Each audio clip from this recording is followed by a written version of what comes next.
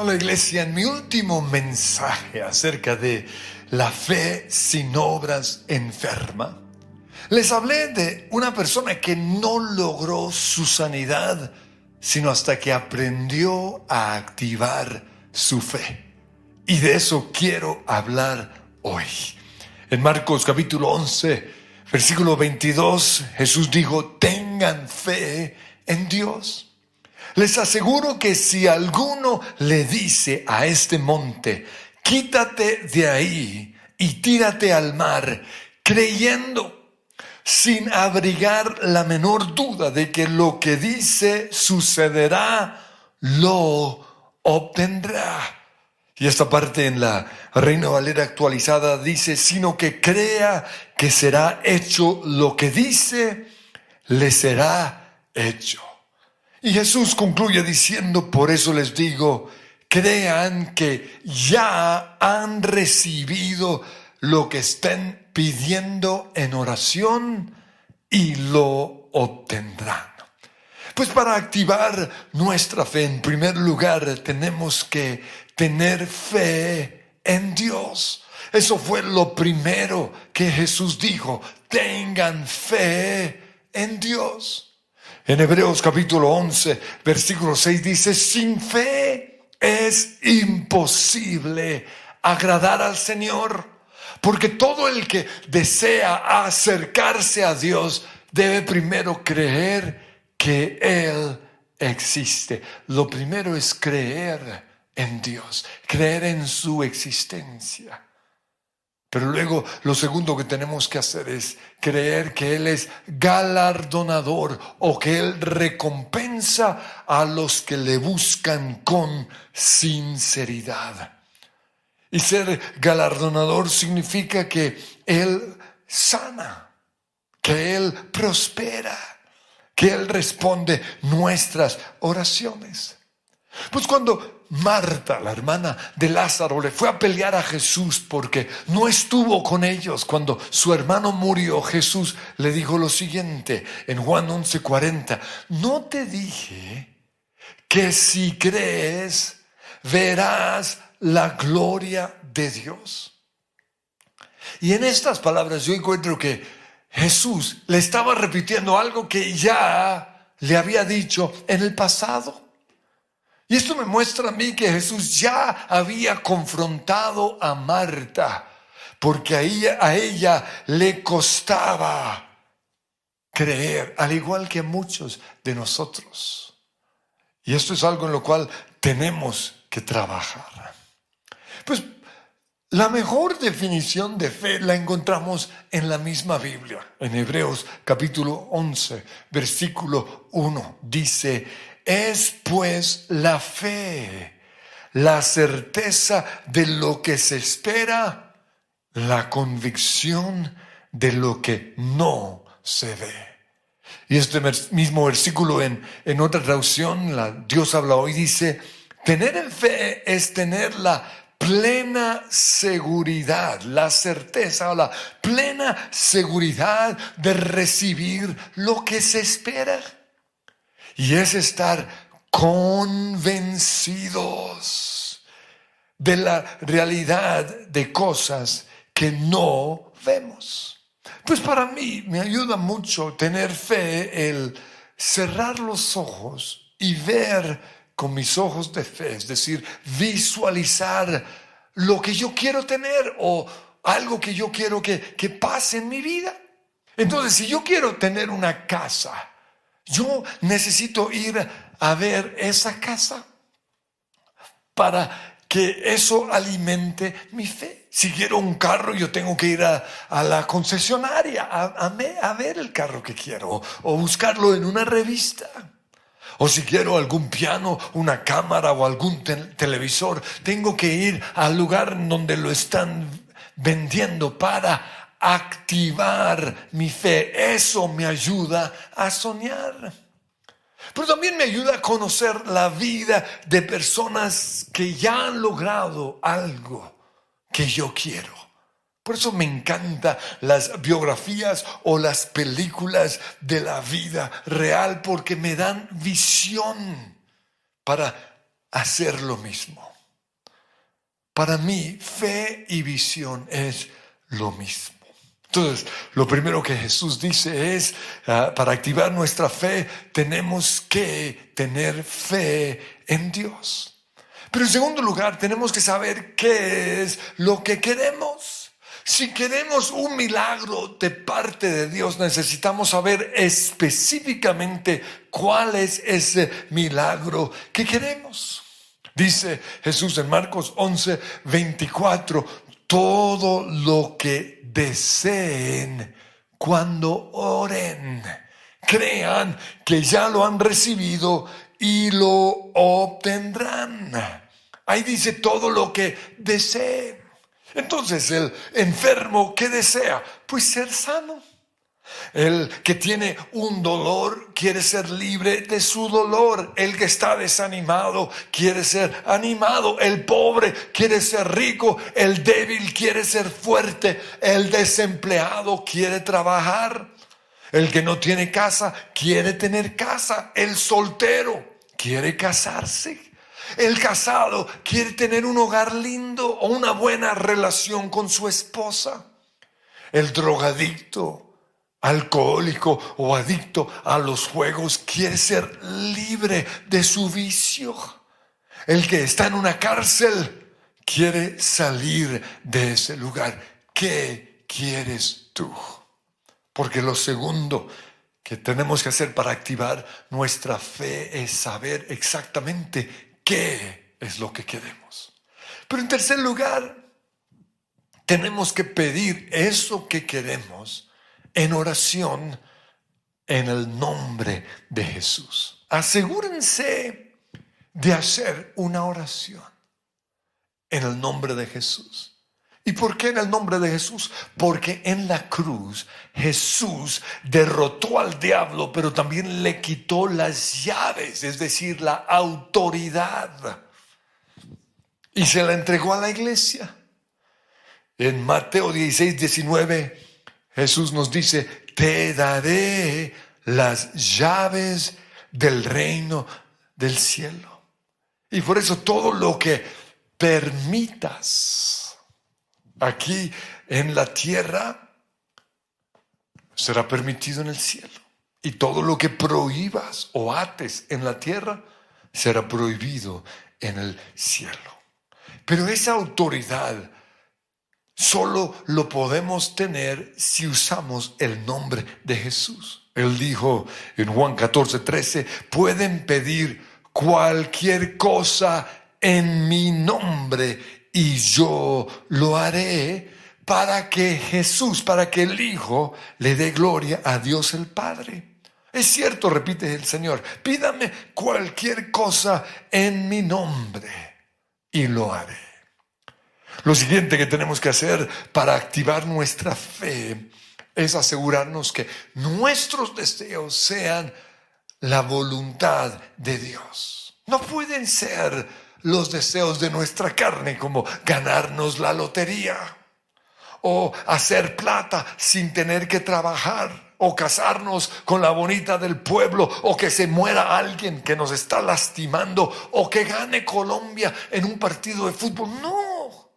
No pueden ser los deseos de nuestra carne. Tienen que ser los deseos de nuestro espíritu. En Santiago 4:3 dice, y cuando piden, no reciben nada porque piden con malas intenciones para satisfacer sus propias pasiones, es decir, satisfacer su carne. En el Salmo 37:4 dice, deleítate en el Señor y Él te concederá los deseos, las peticiones de tu corazón. Entonces aquí vemos una promesa. Dios va a conceder los deseos de nuestro corazón, pero hay una condición: si nos deleitamos en Él. ¿Y qué es deleitarnos en el Señor? Es pasar tiempo en su presencia, conociéndolo. conociendo cuáles son sus deseos, qué es lo que le agrada y qué no le agrada. Miren lo que dice 1 Juan 5:14. Y estamos seguros de que Dios nos oye cada vez que le pedimos algo que le agrada. Lo que le estamos pidiendo a Dios le tiene que agradar. Y en Juan 15:7 Jesús dijo, si ustedes permanecen en mí. Es decir, si ustedes pasan tiempo en mi presencia, si me conocen, y no solo eso, sino que conocen mis palabras, pueden pedir lo que quieran y les será concedido. Ahora, Dios no va a dar los deseos de nuestra carne, sino solo los de nuestro espíritu. Y aclaro, no dije los deseos espirituales, dije los deseos del espíritu. Y esta aclaración es muy importante porque el enemigo es muy sutil y él nos hace creer que Dios solo nos quiere dar los deseos espirituales. Pero eso no es así. Él también quiere darnos las cosas que toda persona quisiera tener, como disfrutar la vida, ser felices, ser prósperos, sanidad física. Lo único es que esos deseos tienen que estar en nuestro espíritu porque Dios los puso ahí. Entonces, Dios quiere prosperarnos, pero Él sabe que si nuestra prosperidad nos va a alejar de Él, Él no va a poner ese deseo en nuestro corazón porque no es su voluntad. También Él tiene un orden de prioridades. Antes del éxito está nuestra salvación. Entonces, si el éxito que le estamos pidiendo a Dios nos va a alejar de Él, no es su voluntad. Él también desea sanarnos. Pero a veces Él permite que el enemigo ponga algunas enfermedades en nosotros y Él lo permite porque tiene un propósito. Por ejemplo, la Biblia nos habla acerca del aguijón de Pablo, que lo más seguro era una enfermedad. Y Pablo dice en 2 Corintios 12:7, se me dio una espina o una aguijón en mi carne, un mensajero de Satanás, y se me dio para atormentarme e impedir que me volviera orgulloso. Dios lo permitió porque tenía un propósito. El otro caso es el de Job. Su prueba y su enfermedad tuvo como propósito confrontar su temor a la enfermedad, pero también tuvo como propósito confrontar la tibieza espiritual de su esposa. También en la Biblia vemos que Dios promete derrotar a nuestros enemigos. En el Salmo 68 dice que sus enemigos sean esparcidos. Pero ¿sabían ustedes que muchas personas que nosotros consideramos que son nuestros enemigos, Dios los puso en nuestra vida con un propósito? Quizás formarnos, hacernos mejores personas, revelar chichones o guardados en nuestro interior, revelar nuestras inseguridades, nuestros celos, nuestros odios o nuestros temores o egoísmos. Pero en quinto lugar, si queremos activar nuestra fe, tenemos que hablarle a la montaña, como Jesús nos dijo.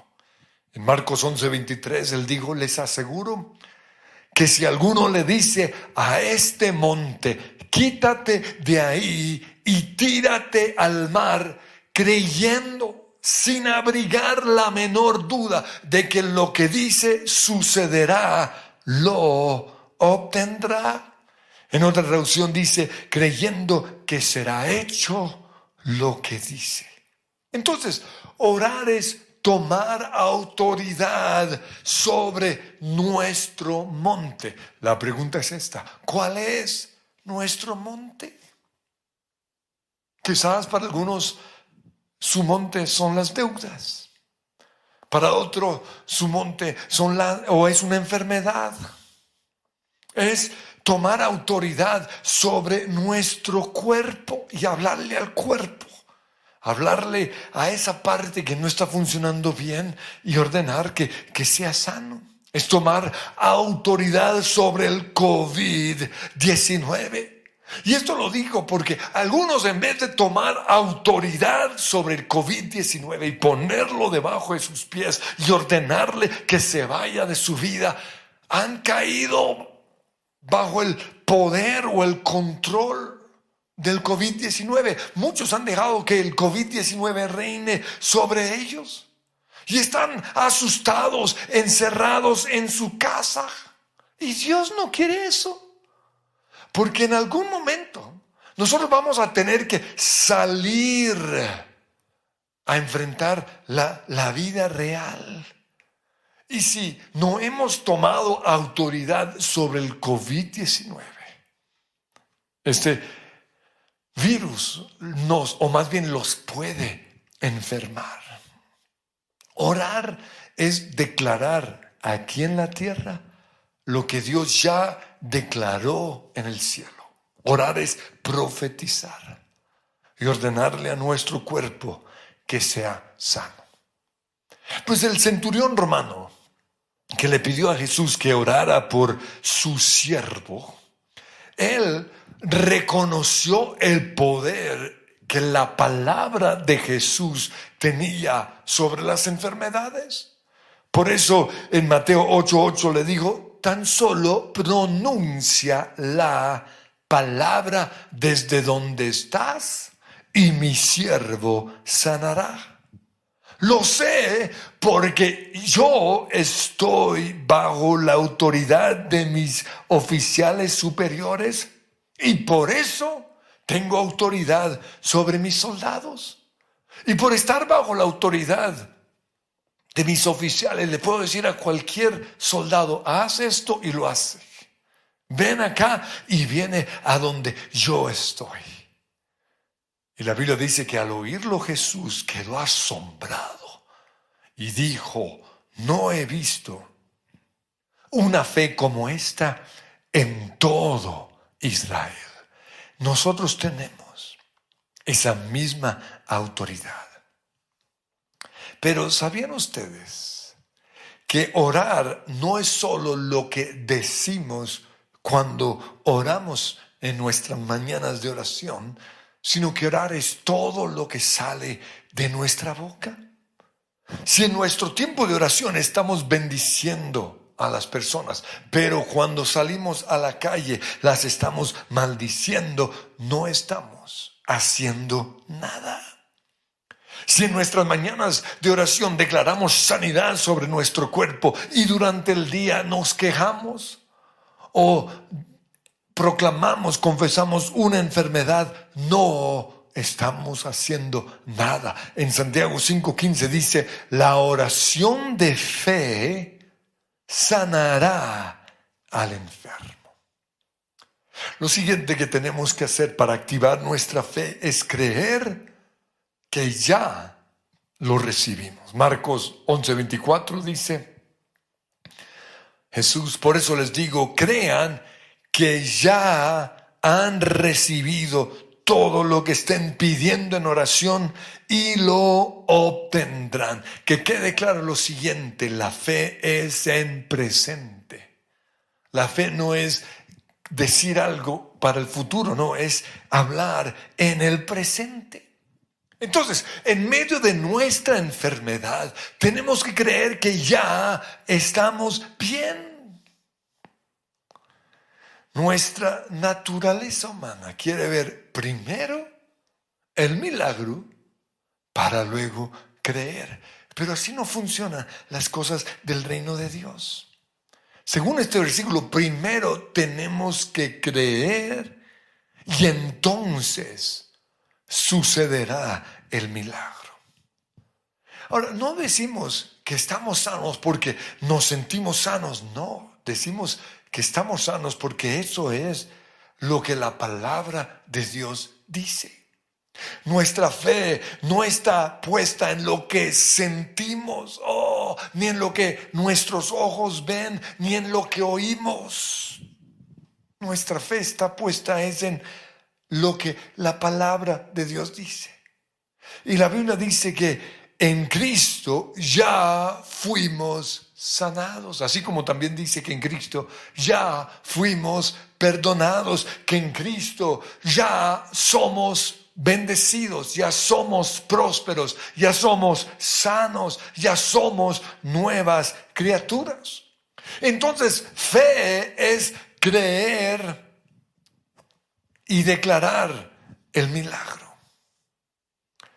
Soy sano, soy bendecido, soy feliz. Todo lo puedo en Cristo que me fortalece. Y esto de hablar en fe es algo que muchos no entienden. Pero en Romanos 4:17 dice que Dios llama las cosas que no son como si ya existieran. El único problema con esto es que cuando mi esposa me alaba o me dice algo lindo, yo no sé si ella realmente me está alabando o si está hablando en fe. Pero eso está bien. Creer es también visualizar el milagro. Entonces, no solo declaramos somos sanos, sino que tenemos que vernos sanos. Tenemos que vernos haciendo lo que no podíamos hacer. Tenemos que vernos prósperos. Tenemos que vernos trabajando. Tenemos que vernos viviendo en la casa de nuestros sueños. Y para los que están casados, tienen que verse casados. Pero además de esto, creer es dar un paso de fe. Y la mejor ilustración de un paso de fe lo vemos en la película de Indiana Jones. Creo que es The Last Crusade, la última cruzada. Ese momento cuando él está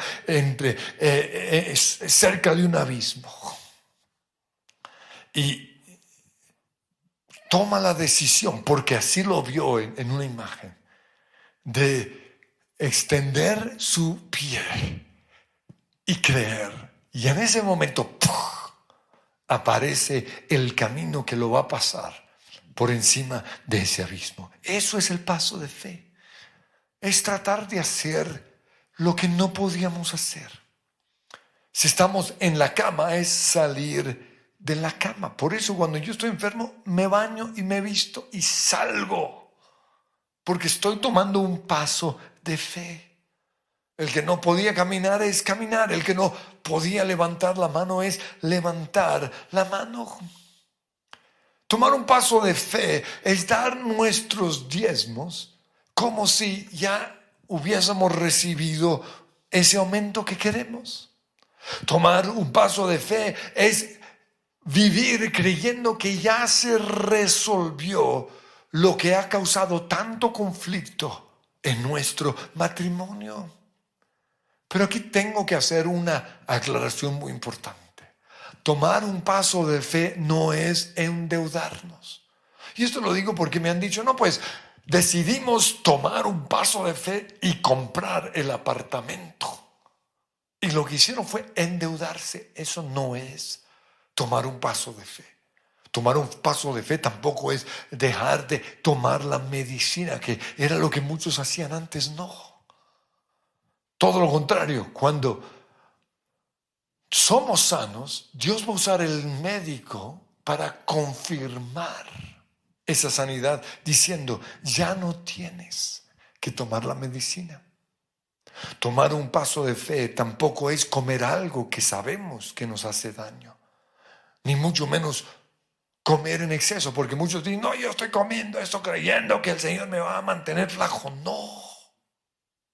Tenemos que saber qué es realmente tomar un paso de fe, y es hacer lo que no podíamos hacer antes. Es decir, dejar de comer tanto, caminar, vestirnos, bañarnos, como si estuviésemos sanos.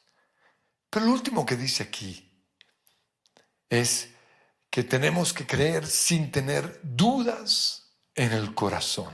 Marcos 11:23, creyendo sin abrigar la menor duda de que lo que dice sucederá. Y aquí tenemos que preguntarnos, ¿qué podría estar generando una duda en mi corazón? Y una cosa puede ser argumentos en mi mente en contra de Dios. Un argumento que yo tuve en mi mente fue la siguiente: que Dios no oye mi oración, que Dios le oía la oración a otros, pero no la mía, a otros más santos o mejores que yo, o más prósperos. Y esa es una mentira del enemigo. Pero otro argumento son amarguras en mi corazón en contra de Dios. ¿Por qué a Él sí lo bendices y a mí no? Todo eso genera duda. Pero también podemos tener en nuestra mente argumentos en contra de nosotros. No soy digno, no lo merezco. O más bien, merezco esta enfermedad. Son argumentos del enemigo que traen duda. Y lo otro son las circunstancias adversas. Eso puede ser algo que genere duda, como el dolor en mi cuerpo, o ver mi cuerpo ya envejecido, o ver la esterilidad de mi esposa, o leer el reporte del médico, o ver que una puerta se cerró. Pues esto lo comparto porque en Romanos 4, 17, 21 dice que Abraham creyó en el Dios que da vida a los muertos y crea cosas nuevas de la nada. Y Abraham creyó, dice el versículo 18, aun cuando no había motivos para tener esperanza. Abraham siguió teniendo esperanza porque había creído en que llegaría a ser el padre de muchas naciones. Pues Dios le había dicho, esa es la cantidad de descendientes que tendrás. Y la fe de Abraham no se debilitó, a pesar de que él reconocía que por tener unos 100 años de edad, y ahí están las circunstancias, su cuerpo ya estaba muy anciano para tener hijos, igual que el vientre de su esposa Sara. Pero Abraham siempre creyó la promesa de Dios sin vacilar. De hecho, su fe se fortaleció aún más y así le dio gloria a Dios. Abraham estaba plenamente convencido de que Dios es poderoso para cumplir todo lo que promete. Aquí vemos que la fe no considera las circunstancias ni los argumentos en nuestra mente, sino solo a Jesús. Yo quiero que usted cierre sus ojos allí. Y Señor, yo te doy gracias porque tú hoy quieres que aprendamos a activar nuestra fe. Y te pido que nos enseñes a hacerlo. Para aquellos que dudan acerca de Dios, te pido que en este momento puedan declarar con su boca, yo creo en ti. Yo creo que tú eres Dios. Yo creo que tú eres galardonador. Y Señor, hoy activo mi fe, creyendo que me vas a hacer el milagro. Pero lo siguiente, tú dices que concedes los deseos